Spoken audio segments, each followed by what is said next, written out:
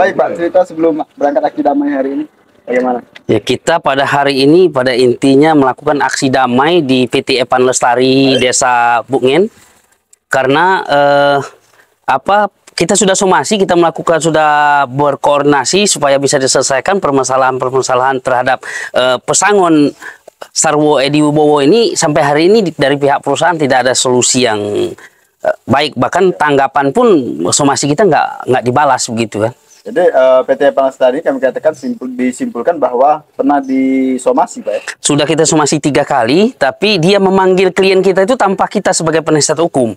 Kemudian dari penasihat hukum dia mengintimidasi lah bahwa klien kita itu memang segitu, harus memang nggak dapat segala macam gitu. Padahal dia lupa di pasal 156 Undang-Undang nomor 13 tahun 2003 tentang tenaga kerja itu sudah jelas pesangon yang lebih dari 9 tahun ke atas itu sebanyak 9 bulan gaji yang harus dibayar oleh perusahaan.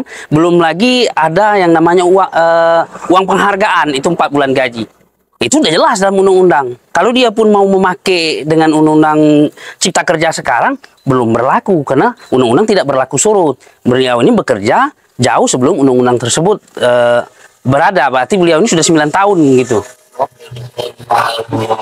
Apa tuntutan dari aksi damai? Nah, karena sudah ada aksi damai ya, sudah banyak yang masyarakat bergabung ya sekalian, terutama kita menuntut pesangon Sarwo Edi selama 9 tahun, kemudian ada lahan konservasi kita menuntut untuk direboisasi karena perusahaan ini bukan lagi semeter 2 meter, mungkin dalam sungai pun ditanam sama dia sawit. Pernah juga dicabut oleh lingkungan hidup, dia tanam kembali. Nah, itu satu poin. Yang kedua, CSR untuk masyarakat yang berada di sekitar perusahaan belum pernah menerima dalam bentuk apapun gitu. Bahkan komunikasi pun kurang bagus dari pihak perusahaan kepada desa-desa yang berada di sekitar seperti Desa Bukngen Baru, Bukngen Lama, kemudian Desa Durian Trung. Pokoknya jelasnya perusahaan desa yang berada di sekitar perusahaan kurang respect dari PT Epan Lestari. Selain dari itu Pak, apalagi tuntutan? Ada satu masyarakat juga ya berdampak dari aktivitas perusahaan Epan Lestari ini membuat kebunnya itu ada 9 batang apokat juga mati, juga tidak ada tanggapan, tidak ada mau diganti. Nah, ini juga masyarakat ikut menuntut. Jadi ketika kita aksi banyak problem-problem PT Epan Lestari ini muncul gitu. Jadi sekalianlah kita bawa supaya ada solusinya gitu. Oke. Lebih detail ini berapa sebenarnya tuntutan dari aksi damai?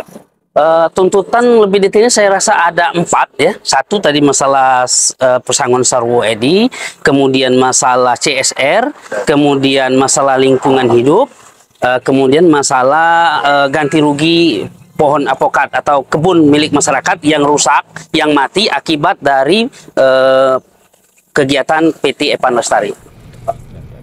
Itu masa penggiat aksi damai yang ikut mendukung itu ada berapa?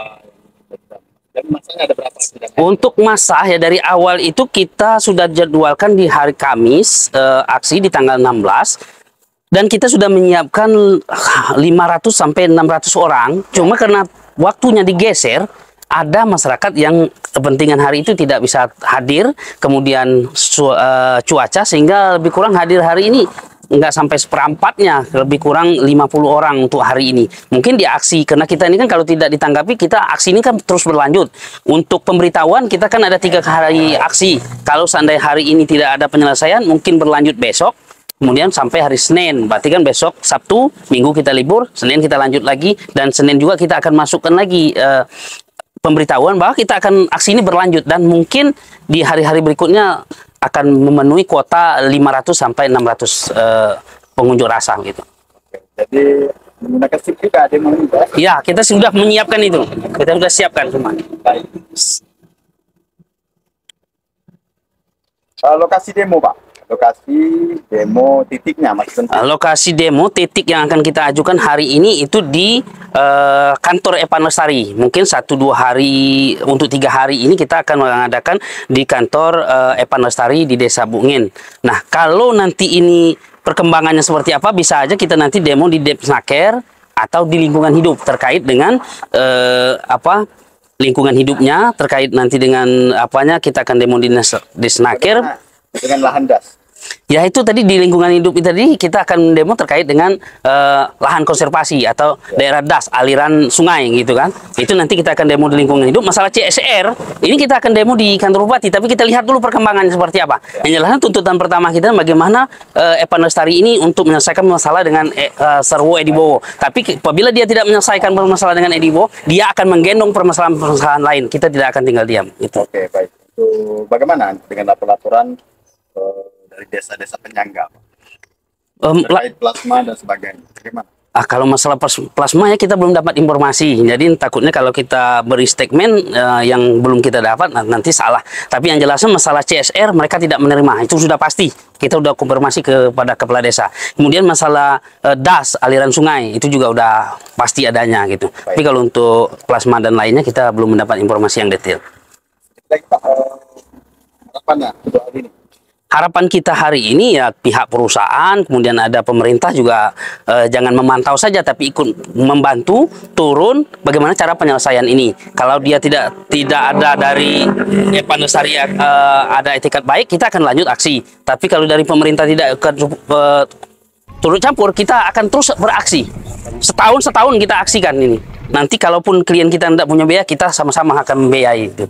Baik, kami sebutkan bahwa ketika tidak dibayar dan hak-hak masyarakat yang Bapak sampaikan, maka masyarakatnya akan setiap hari kita demo, ya. Kita setiap hari demo supaya perusahaan tidak ada kegiatan sehingga sama-sama rugi lah. Kita masyarakat rugi, dia juga rugi. Ayo semampu mana dia bertahan, segitu juga kita bertahan.